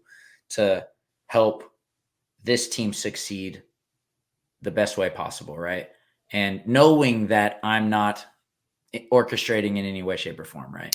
And so for me, like, I thought about this a lot during that off season before the first practice. And I got plenty of time to think about it, and I thought about it, and I thought to myself, show up as a good teammate, show up as a good player, try to help the younger core guys, the guys that are not consistently playing a lot, try my best to help push them along if I possibly can, because I'm a new, fresh set of eyes for those guys, you know? So if I can take one of those guys that's not starting every event and get him to perform a little bit, well, guess what? Our team just got a lot better. And then the other one, which is not paintball related, is essentially expand on some of my ideas that I haven't expanded on enough and see where those can take me in a grander scheme of things, you know? And in general, I feel great about my time on this team so far on this little rip of it, and it's been fun. It's been fulfilling. It's been awesome. Made some really great relationships, new ones and strengthened older ones. It's been fucking amazing. Sure has, brother. It's been a damn pleasure. Yeah. Yeah. And, I mean, outside of the results, I would say the same thing, like even if we hadn't won, I would still say that about our team. Cause like ultimately every weekend I go, it's when I'm not there, I'm like, man, I can't wait to see everybody, and again, the results are just results. And don't get me wrong. That is a lot of people think the results are like, that's what we do this for. But, I don't actually resonate that much with that, even though the results are great. But it's all the stuff that it takes to just get to that point that's really important. Are you enjoying yourself? Are you pushing yourself? Are you inspired? Are you having meaningful relationships, meaningful thoughts, meaningful conversations? Are you a better person? That's really why we do all these things. Are you doing hard things just for the sake of doing them because you understand there's lessons in that? That I think that's why everybody plays paintball, essentially, to some degree, a combination of all those things. And I'm sure for some people they're weighted differently than others. But for me, I feel like all those reasons are pretty evenly weighted for me personally. I think they're all very important. Yeah. And it's safe to say you love paintball with all of your heart, and you're Yes. you're consumed by it.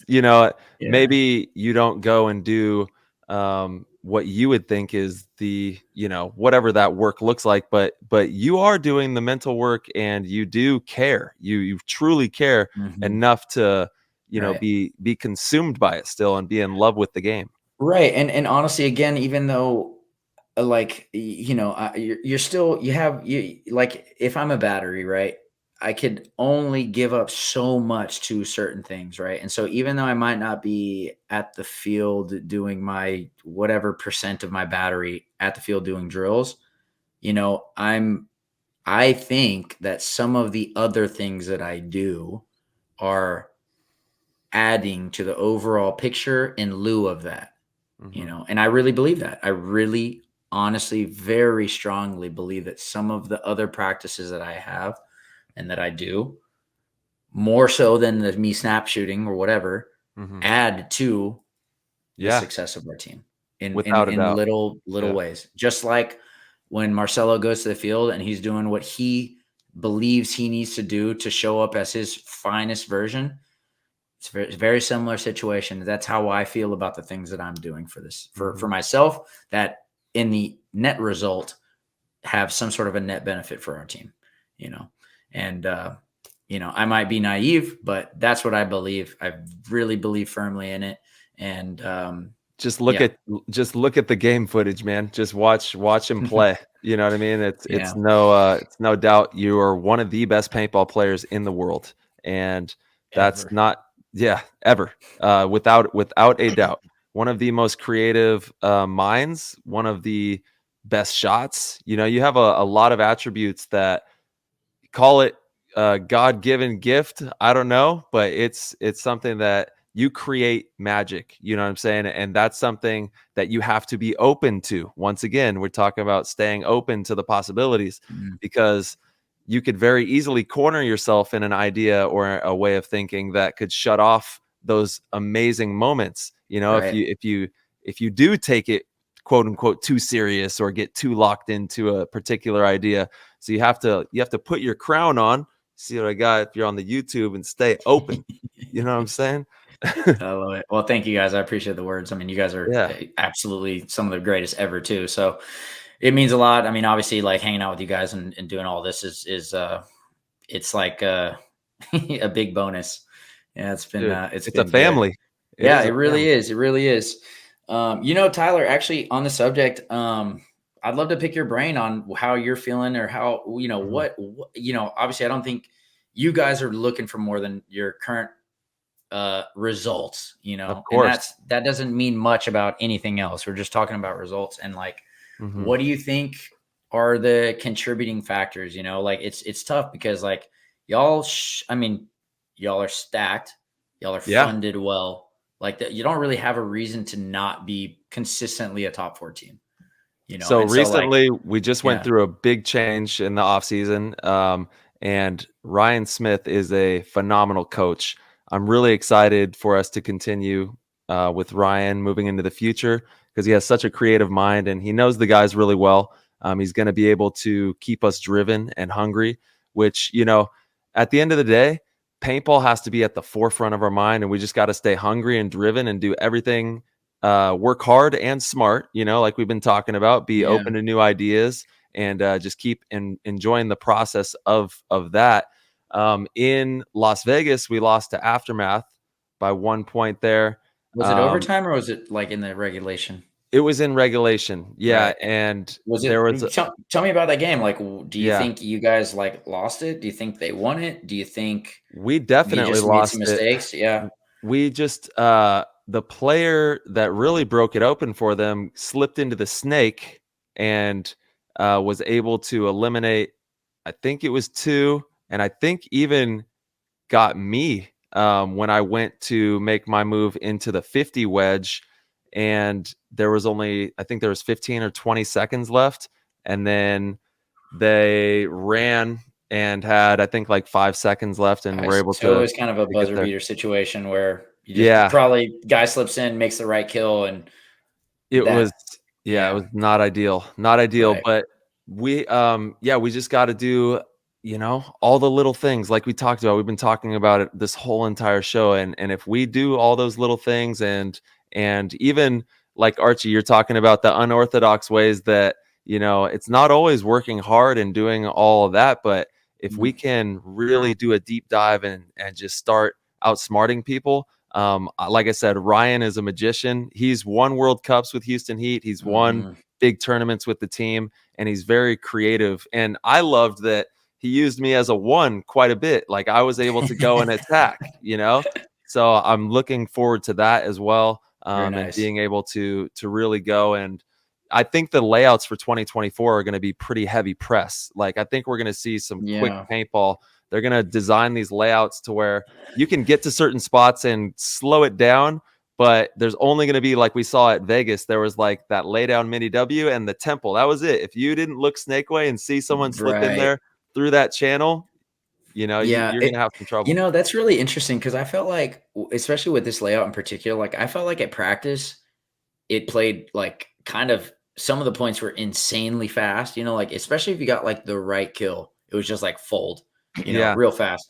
But then at the tournament, it kind of slowed down a lot, like, and again, like what was the score in y'all's Aftermath game? Was it like 3-2? 3-2. Yeah. 3-2. So like 5 points in a match, Yeah. And like that, I would argue that means all those points are probably pretty grinders and probably 1 or 2 of them were very long, and it's interesting though. But at the same time, like potentially the field could play fast. But I kept looking at it at our, when we were in Sacramento playing Impact and Infamous, like, team, they're both playing it pretty fast, but I still felt like, even though this is how it's being played right now, I still felt like, man, I don't know. I think this layout's going to play kind of slow. And it kind of did, and again, that's one of those things, like tournament paint always slows it down a little bit. Reffing always slows it down a little bit. And also the weight of the moment, the weight of the moment tends to slow things down. And, it's just interesting, but I could see how that field played fast. We saw plenty of it at our practice, and there were some games that were like that, and definitely like the Russians were definitely playing more points. I think, what was it? I don't remember what our final score in the semis was, but I believe it was like over 10 points played. Yeah, it was either 6-5 or 5-4. Right. There were quite a, that match definitely seemed like it played quicker or, more points than a lot of the others. But yeah, I am very intrigued to see what kind of Trozen ends up throwing our way, and at the very least, he's trying to maybe not trick us, but he's making us figure things out and making us be creative and making us find ways, that's again, one of those things we kind of live for in this type of a sport, Yeah. I'm excited to see what we got going for Texas here. It's just a few weeks away before we're at that event. Dude, I know, that's kind of crazy. I don't know why. For some reason, I thought it was in May, and I'm actually kind of bummed because I have like a conflicting thing I really wanted to do that weekend, but unfortunately, it's just a big miss for me. Oh. Yeah, it's all good. It's all good. Yeah, I just had my weekends off, so yeah. it was my own mistake. Yeah, they got this one pretty tight up against the Vegas event, and Yeah. And then the one after. yeah, Yeah, dude. and then we have that big gap, right? It's Yeah. it's that middle one that Mhm. yeah, that fourth event is the one where we end up kind of our thumbs up our butt for most of the summer, I guess. Some exciting news from PTG though. We are going to have our very first booth ever out at WCPPL next Sick. weekend. Yeah. go. Nice. All right, Yeah. tight. Y'all gonna both be there? Yes. Yep. I We're going to like be out it. there. We're going to be doing on the scene coverage of divisional paintball and telling all the stories of, the WC and what they have going on. And then we'll have some exclusive, like we got a long sleeve tee and some cool stuff, some like trading cards, just fun little Great. things for everybody who supports the podcast. And we're excited to be out there. We can't wait to see everybody. Very cool. Are y'all? Is that like obviously it's your first event. Are y'all planning on doing all the WCs? Yeah, that's a plan. Sick. Yeah. Okay, cool. Yeah. I think Ryan and I are gonna try to maybe do one this year. Hopefully. Awesome. There we go. Yeah, so Cool. we're gonna definitely do World Cup again. We're gonna try to do a WC this year, which Sweet. I'm not necessarily sure if we're gonna both go or whatever, but we're trying to find a way to make it happen regardless. Yeah.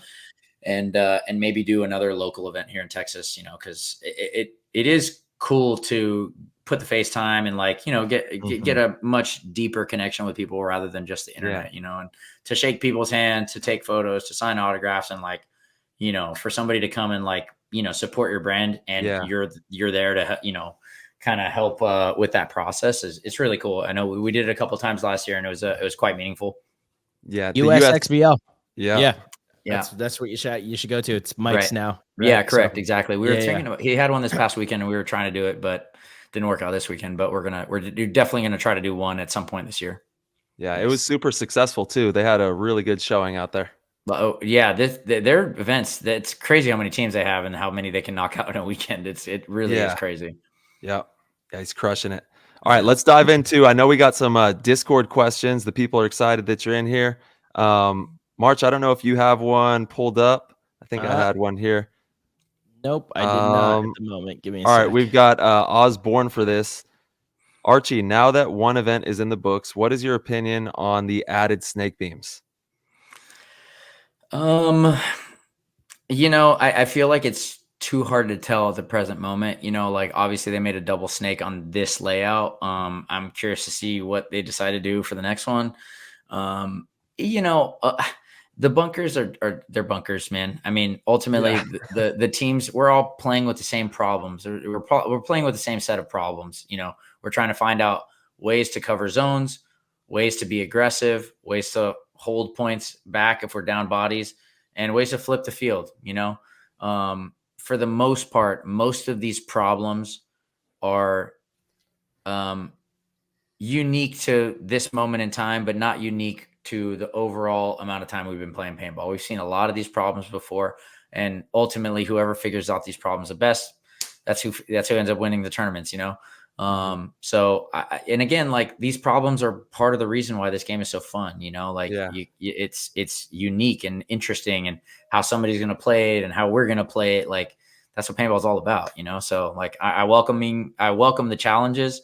I welcome these kind of the change in ideas on how a field should look like, whatever. And I'm just hoping that at the end of the year, when we look at all the events, even though I wish the Vegas layout had been different, I had fun, and I think people enjoyed themselves, enough. And I hope that's how it's going to be after every weekend, after every NXL event, We just talked to Tom, and he said he's got a new format for you to try out as well. Is that right? For me specifically, huh? He did say for you specifically. Yeah. What was it? The circus monkey. Oh yeah, dude.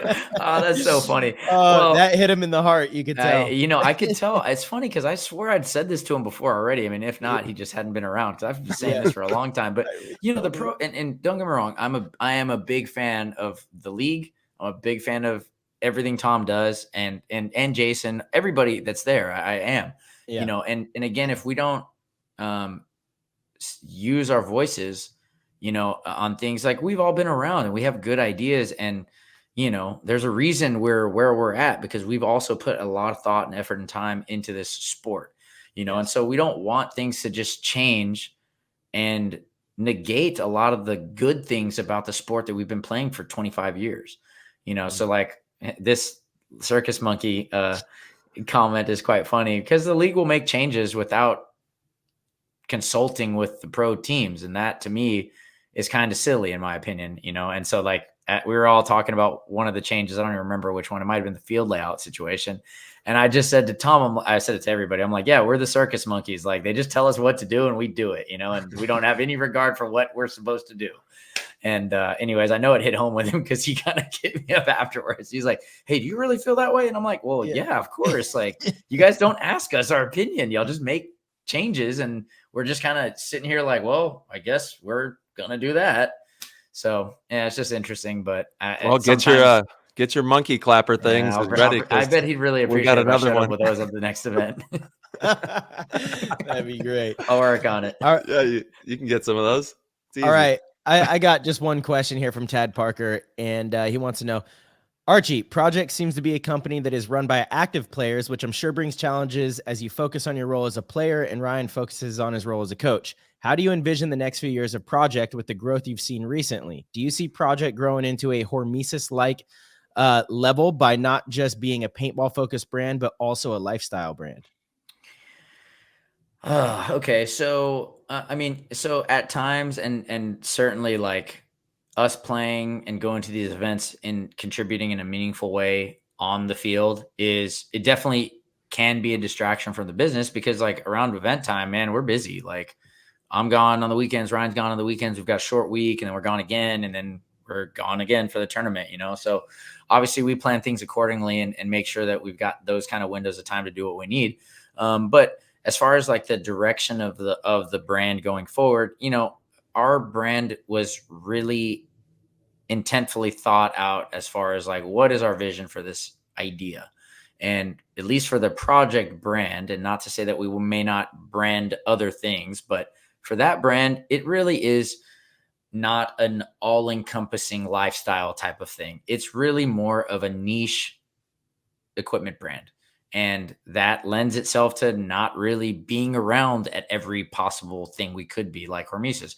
And obviously, like Hormesis is an amazing company. They're just set up a little bit differently than we are, So that's not really the way we envisioned our company going. And don't get me wrong, like we reserve the right to change that at any point in time, but that's just not where our thought process was when we envisioned the brand, It's like we have, and again, also like, now we're doing anodizing. So that's its own unique thing that we have a different set of obligations to do for that to succeed. So, maybe in the grand scheme of things, we'll be involved in a paintball brand that's a little more all encompassing in some way, shape, or form. But at least at the present moment, Project is likely to be in a very similar space as it always has been, in the sense of like really niche gear, drops every month or so.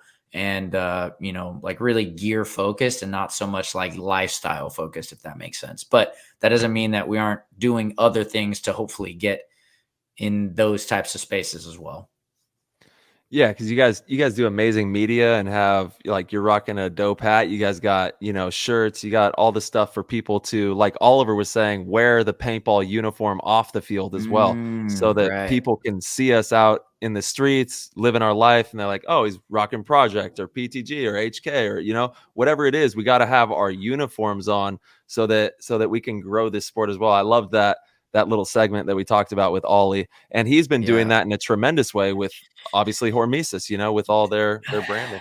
Man, it's so interesting to see where he's at now. And like, like he's at this point, he's pretty far removed from his sabbatical, I'm no longer going to be involved in paintball. And then it's almost like, he was gone for so long. And, like, now he's just like over the top, big time, like really shining light in a very meaningful way in the paintball world. And he's brought him and Alex, obviously, and honestly, just in general Dynasty too. But there's just so much, like, now's the time, now's the time to be in this sport, and it's really amazing.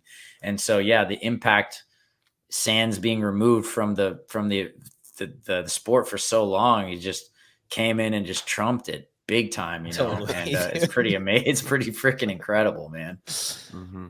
He's him.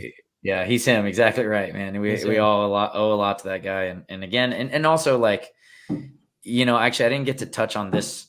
I should have touched on this, and I know I mean it from the bottom of my heart. It just didn't come out when I said it earlier. But another reason why, the dynasty magic success, whatever, is like, dude, could you just imagine growing up and being a teenager and being like, you just imagine 25 years ago, you're a teenager and you're at the paintball field and you're playing with Ryan Greenspan, Yosh, Oliver, Alex, and Crandall. Like, those guys are all so meaningful to this sport, and they're all so uniquely individual too. Like, they're all just so complementary in a lot of different ways, but they're all uniquely their own, and that's also a part of what evolved into this thing. And that's, the Hormesis thing, the Field One thing, the Dynasty thing,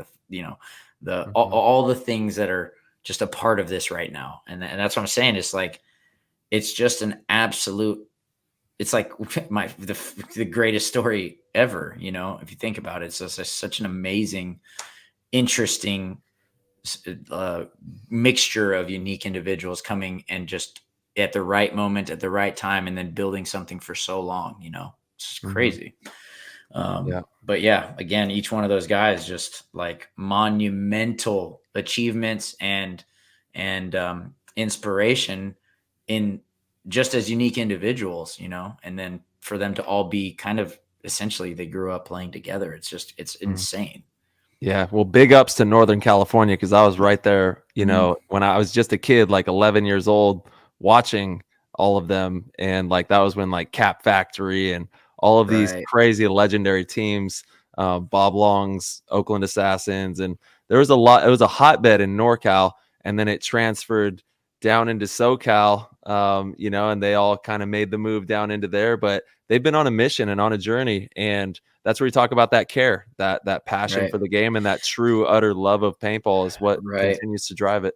Yeah, and I think that one of the things that, like, like, I give, like, you guys, I give them, those guys I was just speaking of, a lot of these guys that, like, I remove myself from this type of a conversation because, like, I just don't resonate with it like the way I see you guys do. But like, those guys, you guys, and like some of these other guys that are so involved with like being visionaries for where this sport is steered and directed going forward. Like, again, everybody after you guys owes all of you guys, because without you guys, these things can fade out if it's not shared and carried and passed along, and I have the utmost respect for that, because like, I wouldn't be where I'm at. I wouldn't have the thoughts I'm having. I wouldn't be in the moments I'm having and these memories that I've had without those things. And again, like, even having those and understanding how important it is for the visionaries that are before me, for me, I'm just not, that's not the way in which I look at leaving a mark beyond my time here, but I'm so incredibly thankful that other people are doing that, and it really, those people can't be thanked enough. Well, right back at you too. And you're creating art as well that you're putting out into the world that will stand the test of time too. So like, those pieces of art are a part of this fabric that tell stories as well and move the needle forward for the game. Yeah, that's fair. That's fair. Yeah, brother. We're all giving it everything we got. I'll tell you that. And we can't do it without this beautiful community. So thank you to everybody that continues to support all these projects, supports paintball, and literally supports Project, and PTG and everything that we're all working so hard for, because we love this game. We love you all. We love this community. And, it's up to all of us. It really is. Oh, yeah, boys. Yeah, I mean, we're all connected, man. That's right. Like, absolutely. That's the truth, dude. I mean, the community, the paintball community, obviously the PGG community, like all this special thing that we're all doing. And again, we're all connected by it. it's powerful. Everybody knows how powerful it is. And it's a real pleasure. It is, man. Yep. And I know we're all going to be getting ready for, Texas coming up. We got practice weekends that we're going to be rolling into. It's crazy. We're going to have a layout drop here in just a couple weeks. So we'll be right back into it. Yeah, man, it did seem like it was just yesterday I woke up in Vegas. I know. Yeah. Right back into it, brother. Yeah. Who are you guys practicing, Tyler? I think we're going to be back out at Wasteland.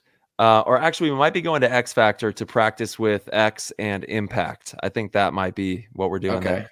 And then we're practicing at the event. Yep. We're practicing Heat. There we go. Yeah. Dope. Nice. Cool. Yeah, we never get to practice each other very often, so it's nice when I don't know. We used to practice Heat all the time, and then once you went to the team, all of a sudden, no more practice. What the heck? Yeah, it was on you guys, bro. What the? Well, we'll have to make it a more regular thing. We'll make it more regular. I agree. Yeah. Yes, sir. Awesome, guys. And then Arch, I know we're gonna close the show down, but I want to give you a moment to say, if you want to give any shout outs or shine any light anywhere. Maybe boost the website that's going to be dropping. We can drop the website. I'm sure it's just going to be techniqueanodizing.com or something of that nature. Yeah, it will be. Yeah. I mean, honestly, I don't really have much to like. I would honestly just really say thank you to everybody that's paying attention, listening, supporting, not just me, but anybody in the paintball space. Again, this game has meant so much to me. And obviously if you're listening to this, you're probably resonating with that to some degree, and the memories I've had, even just random off weekends when I was a little punk kid at the paintball field, just filled me up over time, and the lessons learned, they're just invaluable. And again, the more times you can kind of learn these lessons and translate them to other problems in your life, and hopefully just make the most out of your human experience. It's just that's what it's all about. And again, thanks for supporting in any way you do. And appreciate the love. Obviously I love hanging out with you guys as much as I can. And definitely very appreciative of the effort and the work you guys have put to put this kind of show on. It's important. It's an honor, really. Dude, you're PTG royalty, and shout out to all the knucklehead kids out there that are playing paintball. Knuckleheads. Let's go, knuckleheads. I love it. Kid Arch, thank you, brother. Always a pleasure. Look forward to seeing you soon. And we'll chat about setting up that tea time. 100%. Awesome. All right, boys. Have a good night. Take care. All right, everybody. Thank you guys so much for tuning in and listening. If you enjoyed the show, please head over to ptgpaintball.com. Click the orange Patreon link in the corner and support the show.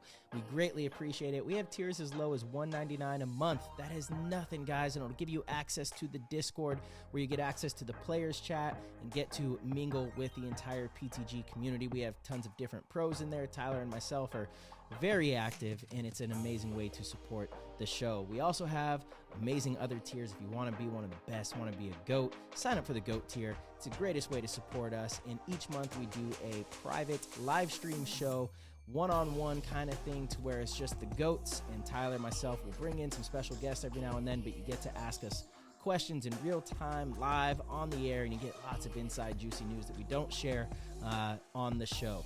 So, as always, we will see you guys very soon.